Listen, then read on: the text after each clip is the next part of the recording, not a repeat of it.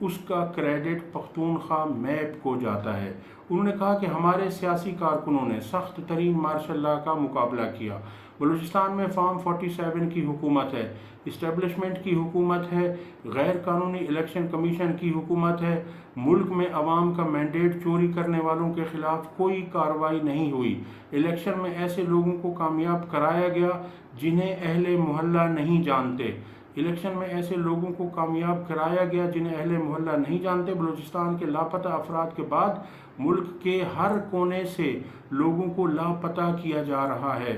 لوگ عید کی خوشیاں مناتے اور بلوچستان والے عید کے دن بھی اپنے پیاروں کو سڑکوں پر ڈھونڈ رہے ہیں۔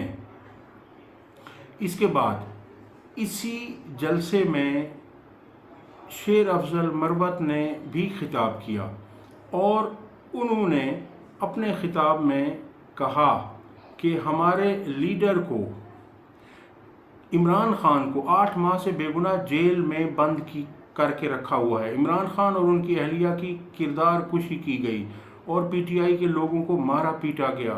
شیر افضل مروت نے کہا کہ ہمارا نظام عدل بوسیدہ ہو چکا ہے اور عنقریب ہم پنجاب میں بھی احتجاج شروع کریں گے۔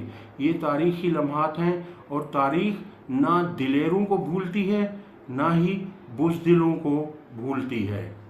اس کے بعد محمود خان اچکزئی نے خطاب کرتے ہوئے کہا کہ بانی P T I Imran Khan اور ان کی پارٹی کے دیگر لوگوں کے خلاف مقدمات واپس لیے جائیں۔ پشین میں اپوزیشن اتحاد کے تحریک تحفظ آئین جلسے سے خطاب کرتے ہوئے محمود خان اچکزئی کا کہنا تھا کہ یہ اتحاد حکومت گرانے کے لیے نہیں بلکہ بالادستی کے لیے ہے۔ آئین کی بالادستی پر یقین رکھنے والے تمام پاکستانیوں کو تحریک میں شامل ہونے کی اپیل کرتے ہیں۔ محمود خان اچکزئی نے کہا یہاں کوئی کسی کا غلام اور آقا نہیں ہے بلکہ ہم سب برابر ہیں۔ ہم نے عوام کی طاقت سے انقلاب لانا ہے۔ انہوں نے کہا یہاں ایسے خاندان ہیں جو ہر دور حکومت میں اقتدار میں ہوتے ہیں۔ نواز شریف، مولانا فضل الرحمان اور پی ٹی آئی سے منت کی تھی کہ ایور گرین لوگوں کو سیاست سے ہٹا دیں۔ آج بھی بلوچستان میں وہ لوگ اقتدار میں ہیں جو ہر دور میں حکومت میں ہوتے ہیں، مگر ہم ان فصلی بٹیروں کو سیاست میں قبول نہیں کریں گے۔ ایک موقع پر شیر افضل مروت کے خطاب کے دوران عوام نے جلسے میں سے ڈیزل ڈیزل کے نعرے لگائے گئے، جس پر شیر افضل مروت نے انہیں سختی سے منع کر دیا اور کہا کہ ابھی ہماری فضل الرحمان سے بات چیت چل رہی ہے۔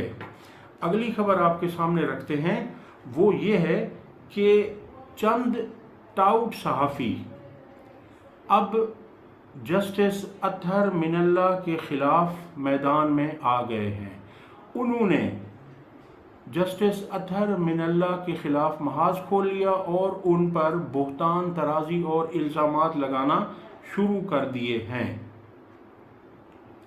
جس میں نمبر 1 پر عبدالقیوم صدیقی ہیں، جنہوں نے جسٹس صاحب پر بے شمار الزامات لگائے۔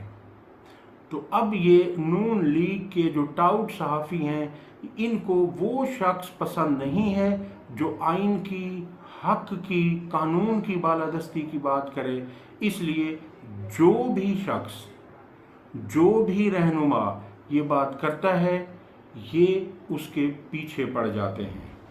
اگلی خبر آپ کے سامنے رکھتے ہیں، اور دوسرے صحافی جو ہیں، جو نام نہاد صحافی ہیں، وہ حسن ایوب ہیں، وہ بھی جسٹس صاحب پر طرح طرح کے الزامات لگا رہے ہیں۔ اگلی خبر آپ کے سامنے رکھتے ہیں کہ ترکی نے امریکہ کو اپنے ملک کی فضائی اسپیس ایران کے خلاف استعمال کرنے سے منع کر دیا ہے۔ ترکی نے کہا ہے کہ ہم اپنی سرزمین کو ایران کے خلاف کسی صورت استعمال نہیں کرنے دیں گے۔ اگلی خبر یہ ہے کہ ایران اور اسرائیل کے درمیان جنگ کا باضابطہ آغاز ہو چکا ہے اور ایران نے اسرائیل کا بحری جہاز اغوا کر لیا ہے، جو کہ آئل لے کر انڈیا جا رہا تھا اور اسے آبنائے ہرمز کے قریب اسے اغوا کر لیا گیا ہے۔ میں آپ کے سامنے رکھتا ہوں کہ آبنائے پانی کا وہ تنگ راستہ ہوتا ہے جو خشکی کے دو بڑے حصوں کو الگ کرتا ہے اور پانی کے دو حصوں کو آپس میں ملاتا ہے، اور ہرمز جو ہے وہ خلیج عمان اور خلیج فارس کے درمیان واقع ایک اہم آبنائے ہے۔ اس کے شمالی ساحلوں پر ایران اور جنوبی ساحلوں پر متحدہ عرب امارات اور عمان واقع ہے۔ یہ آبنائے کم از کم 21 میل چوڑی ہے۔ یہ تیل کی دولت سے مالا مال خلیجی ریاستوں کے تیل کی برآمدات کا واحد بحری راستہ ہے۔ اس کی اہمیت کا اندازہ اس بات سے لگایا جا سکتا ہے کہ روزانہ دنیا بھر میں تیل کی کل رصد کا 20% اس آبنائے سے گزرتا ہے۔ اب ایران نے جو اسرائیل کا یہ بحری جہاز اغوا کیا ہے، اس پر اسرائیلی آرمی چیف نے بیان دیتے ہوئے کہا ہے کہ ایران نے ہماری ریڈ لائن کو کراس کر لیا ہے۔ اور دوسری خبر آپ کے سامنے رکھتے ہیں کہ پنجاب بھر میں 22 اپریل سے ہونے والے ضمنی انتخابات میں الیکشن کمیشن کے ساتھ ساتھ پنجاب پولیس کو الرٹ کر دیا گیا ہے۔ جس طرح پنجاب پولیس نے 2 سالوں سے تحریک انصاف کے خلاف ظلم، جبر، زیادتی کا سلسلہ شروع کیا ہوا تھا، اسی سلسلے کو جاری رکھنے کا اعادہ کیا ہے اور تحریک انصاف کے امیدواروں کے خلاف سختی شروع کر دی ہے اور انہیں جلد سے جلوس کرنے کی اجازت نہیں دی جا رہی، انہیں ان کی انتخابی مہم چلانے کی اجازت نہیں دی جا رہی۔